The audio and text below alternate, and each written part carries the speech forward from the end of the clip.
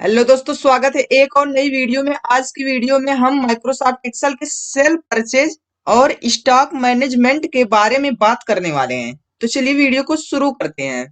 तो दोस्तों, एक्सेल में सेल परचेज बॉक्स बनाने के लिए सबसे पहले अपने एक्सेल एप्लीकेशन को ओपन कर लेना है। ओपन करने के बाद इसको ये देखिए, सबसे पहले वाले रो को आपको इस प्रकार से 4-5 सेल को सिलेक्ट कर लेना है। इसको सिलेक्ट करने के बाद आपको यहाँ मर्ज एंड सेंटर पर क्लिक कर देना है और यहाँ से आपको इसके हेडिंग को टाइप कर देना है। तो मैं यहाँ से टाइप कर देता हूँ सेल परचेज। तो ये देखिए, मैंने यहाँ से सेल परचेज को इस प्रकार से टाइप कर दिया। अब यहाँ दूसरे वाले रो में उसके पहले यहाँ सेल में मैं टाइप करूंगा सीरियल नंबर। उसके बाद दूसरे वाले सेल में मैं टाइप करूंगा आइटम। तीसरे वाले सेल में मैं टाइप करूंगा स्टॉक। स्टॉक को टाइप करने के बाद चौथे वाले कॉलम में टाइप करूंगा सेल। सेल को टाइप करने के बाद यहाँ से टाइप करूंगा परचेज। उसके बाद यहाँ मैं लास्ट में टाइप कर देता हूँ टोटल। अब इतना टाइप करने के बाद इनकी फॉर्मेटिंग को मैं चेंज कर देता हूँ। तो इसको मैं पहले सेलेक्ट करूंगा और यहाँ से इसको मैं सेंटर कर देता हूँ। सेंटर करने के बाद इसको मैं यहाँ से बोल्ड करूंगा। बोल्ड करने के बाद इसके थोड़े फॉन्ट को मैं यहाँ से इंक्रीज कर देता हूँ। इतना करने के बाद अब इसके बैकग्राउंड कलर को मैं यहाँ से चेंज करता हूँ। तो बैकग्राउंड कलर को मैं ये इस प्रकार से रख देता हूँ और इसके फॉन्ट के कलर को मैं यहाँ से ये वाला कलर दे देता हूँ। इतना करने के बाद अब ऊपर वाले सेल में जो मैंने टाइप किया है सेल परचेज, इसके भी फॉर्मेटिंग को थोड़ा चेंज कर देते हैं।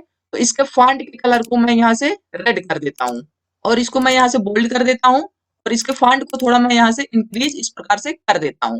इतना करने के बाद अब यहाँ से मैं टाइप करता हूँ सीरियल नंबर। तो पहले वाले सेल में मैं टाइप कर देता हूँ 1, दूसरे वाले सेल में मैं टाइप करूंगा 2। अब इतना टाइप करने के बाद अब मैं पहले और दूसरे वाले सेल को इस प्रकार से सिलेक्ट करूंगा। सिलेक्ट करने के बाद यहाँ कोने पर अपने माउस पॉइंटर को लाऊंगा, इस प्रकार से कर्सर को बनाऊंगा प्लस का सिंबल और नीचे ड्रैग डाउन कर दूंगा जितना मुझे चाहिए। उस प्रकार से मुझे इस प्रकार से यहाँ सीरियल नंबर जनरेट होकर मिल जाएगा। तो इतना करने के बाद अब इसको मैं यहाँ से सेंटर पर कर देता हूँ। तो ये देखिए, मेरा सीरियल नंबर कुछ इस प्रकार से सेंटर में हो चुका है। अब इन सभी सेलों में मैं आइटम के नेम को टाइप करूंगा। तो ये देखिए, मैंने आइटम के नेम को इस प्रकार से यहाँ पर टाइप कर दिया है। अब यहाँ पर मैं ये टाइप करूंगा कि मेरे दुकान में कितने स्टॉक, कितने पीस में ये यहाँ पर बचे हुए हैं। तो इसको टाइप करने के लिए मैं यहाँ से टाइप कर देता हूँ। मान लीजिए ये मेरे पास 22 पीस है। उसके बाद कीबोर्ड मान लीजिए 34 पीस है और यहाँ से माउस मान लीजिए मेरे पास 30 पीस है और पेन ड्राइव मेरे पास मान लीजिए 35 पीस है और यहाँ से प्रिंटर मान लीजिए मेरे पास 11 पीस है। अब यहाँ पर सेल वाले कॉलम में मैं टाइप करूंगा कि मैंने अपनी दुकान से कितने पीस को यहाँ से सेल किया। तो मान लीजिए ये मेरे पास 22 पीस था मॉनिटर का, तो इसमें से मैंने 12 पीस को सेल कर दिया। अब ये देखिए, कीबोर्ड का 34 पीस था, तो मान लीजिए यहाँ से मैंने 24 पीस को सेल कर दिया। अब यहाँ से मेरे पास माउस का 30 पीस था स्टॉक में, तो यहाँ से मैंने सेल कितना कर दिया, मान लीजिए 12 पीस को यहाँ से भी मैंने सेल कर दिया। देखिए, पेन ड्राइव का मेरे पास 35 पीस है। अब यहाँ से मैं 25 पीस को सेल कर दे रहा हूँ। उसके बाद ये देखिए, प्रिंटर मेरे पास 11 पीस है, तो इसमें से मैं मान लीजिए 7 पीस को सेल कर दे रहा हूँ। इतना करने के बाद अब परचेज वाले कॉलम में मैं टाइप करूंगा कि फिर मैंने दुकान में खरीद कर कितना पीस यहाँ से आइटम को लेकर आया हूँ, तो उसको मैं यहाँ से एंट्री करूंगा। तो मान लीजिए मैं यहाँ से 10 पीस लेकर आया खरीद कर और यहाँ से इसको 8 पीस, यहाँ से मान लीजिए इसको 9 पीस लाया और यहाँ से इसको 5 पीस और इसको यहाँ से 3 पीस। इस प्रकार से मैंने यहाँ से परचेज वाले भी लिस्ट को इस प्रकार से टाइप कर दिया। इतना टाइप करने के बाद अब यहाँ से मैं निकालूंगा टोटल, यानी कि हमारे दुकान में पूरा टोटल परचेज कितना है, सेल परचेज। तो उसको निकालने के लिए सबसे पहले आपको टाइप करना होगा is equal to. Is equal to type करने के बाद आपको यहाँ से लगाना है कोष्टक। कोष्टक को लगाने के बाद आपको यहाँ स्टॉक को सिलेक्ट करना है। स्टॉक को सिलेक्ट करने के बाद आपको यहाँ से माइनस का सिंबल लगाना है। माइनस का सिंबल लगाने के बाद आपको सेल वाले क्वांटिटी को इस प्रकार से सिलेक्ट कर लेना है। इसको सिलेक्ट करने के बाद आपको प्लस का सिंबल लगाना है और जितना आपने परचेज करके लाया है उतने पीस को आपको वहां पर ऐड कर लेना है। इतना करने के बाद अब आपको यहाँ से कोष्टक को बंद कर देना है और इंटर की को प्रेस करना है। तो ये देखिए, आपका 20 पीस टोटल इस प्रकार से निकल कर आ जाता है। यानी कि आपकी दुकान में, यानी कि गोदाम में आपके 22 पीस था मॉनिटर, आपने 12 पीस मॉनिटर को सेल कर दिया। अब आपने फिर अपने दुकान में 10 पीस और खरीद कर लाया।